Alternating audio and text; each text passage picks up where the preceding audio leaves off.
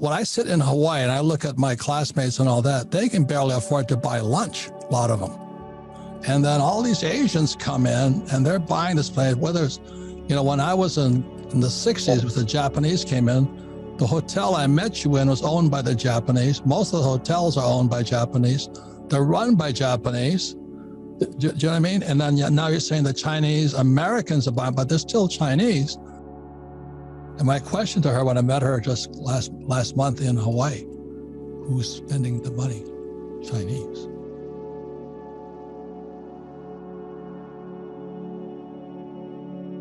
And unless you've been living on the rock, everybody was wondering if Putin was going to whack the Ukraine. And everybody said, no, no, no, no. So he whacked him.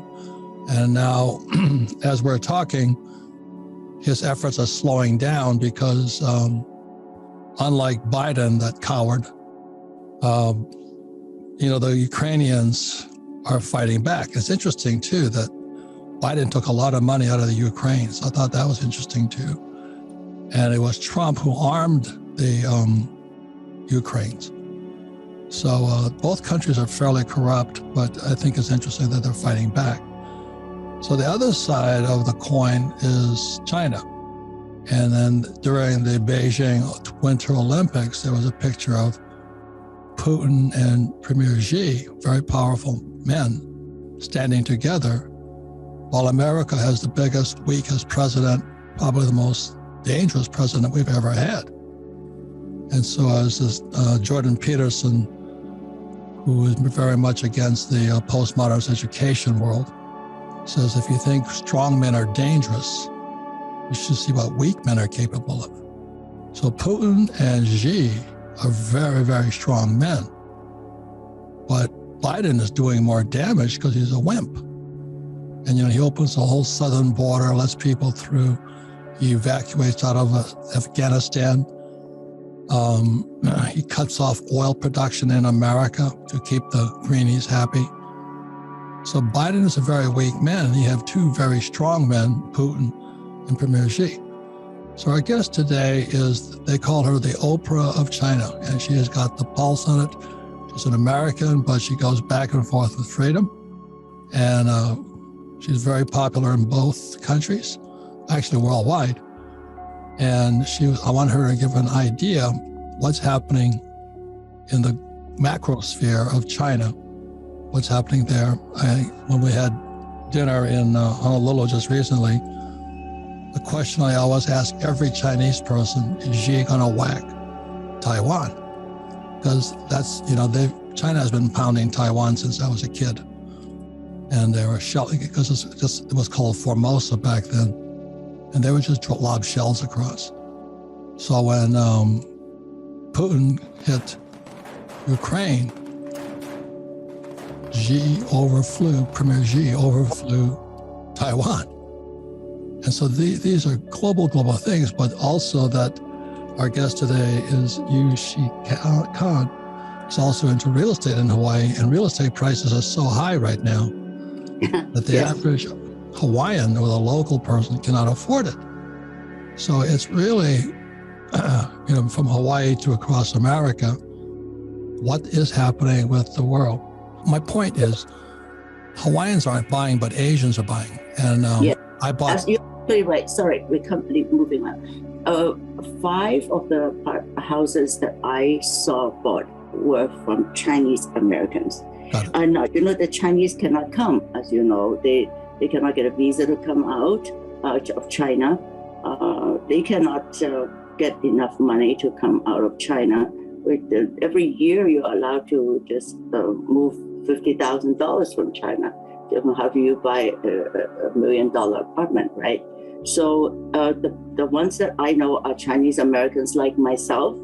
We are really the ones buying a lot, and I'm very surprised how many Chinese Americans are buying. In fact, the penthouse of this building, which was listed for $35 million, which was sold recently for $16 million. What a bargain! Oh my God! How come I missed out on that one? You don't miss out anything, Robert. You never miss out anything.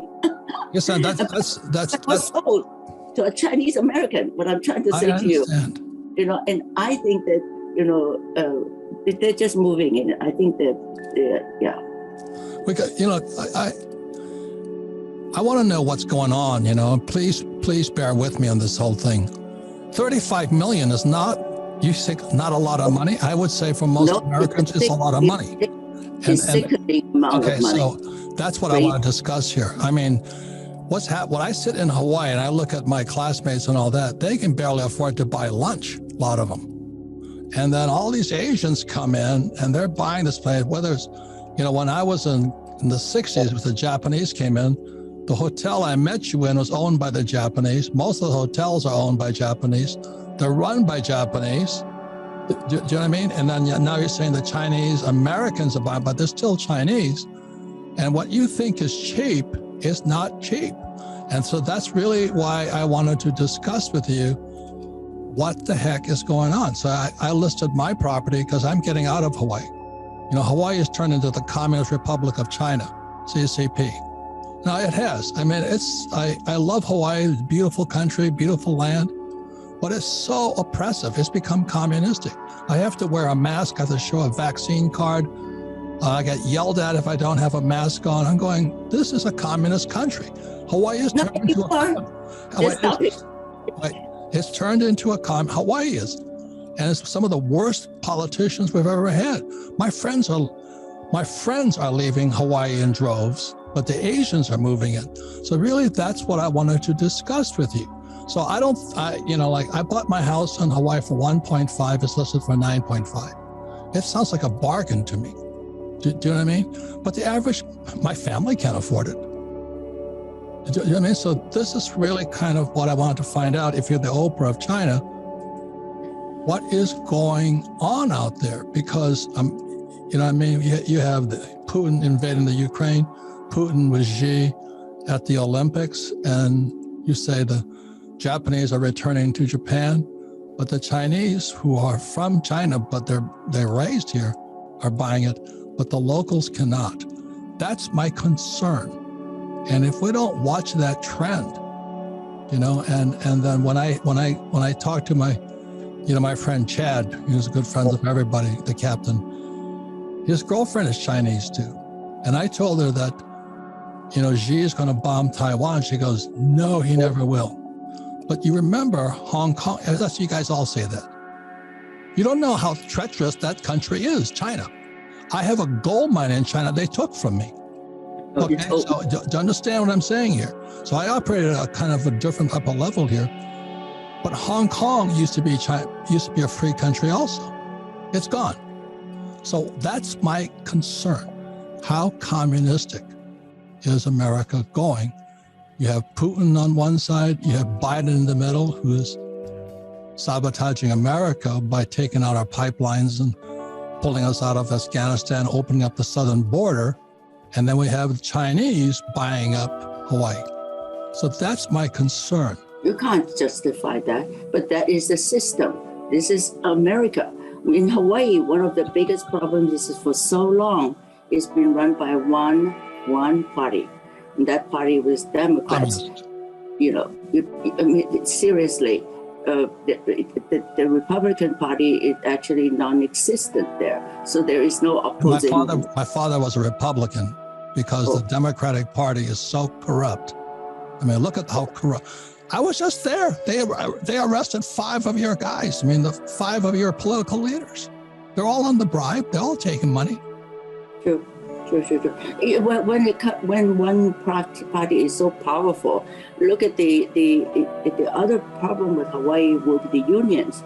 It is so powerful in the unions. Thank you. The AFL-CIO, the Hawaii State Teachers Association.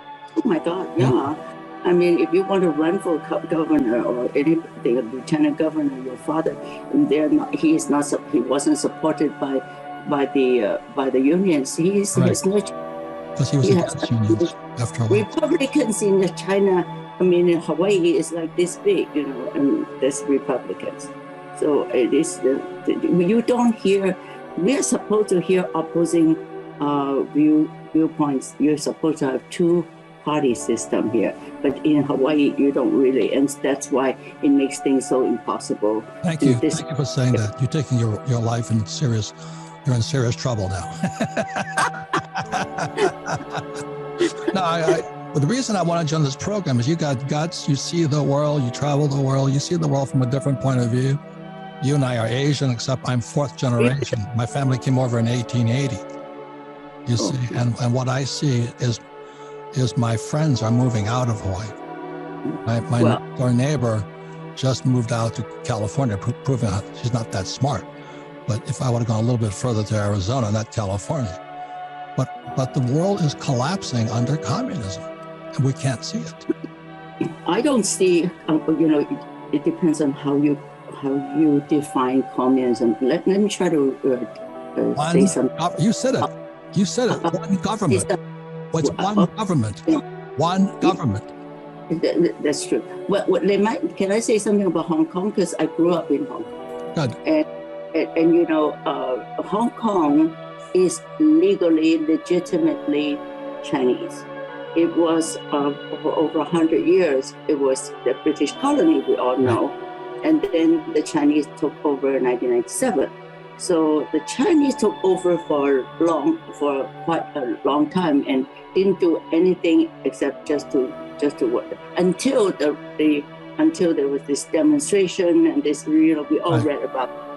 And I always thought that, and then afterwards, of course, the Hong Kong government could not possibly deal with these.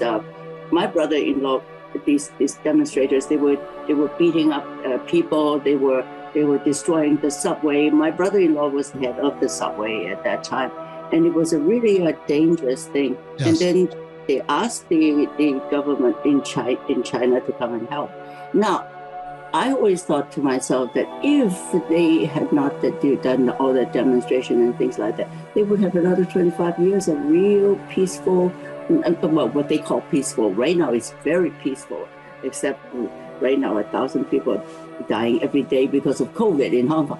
It's really interesting. Hong Kong is devastated by COVID at this moment, as we're talking right now. Hong Kong is really a disaster at this moment. My sister said to me just now that she's not coming out of her apartment, her house, because she's so scared. So I always thought that if they hadn't done that, then Hong Kong would have stayed exactly the same for 20 some odd years.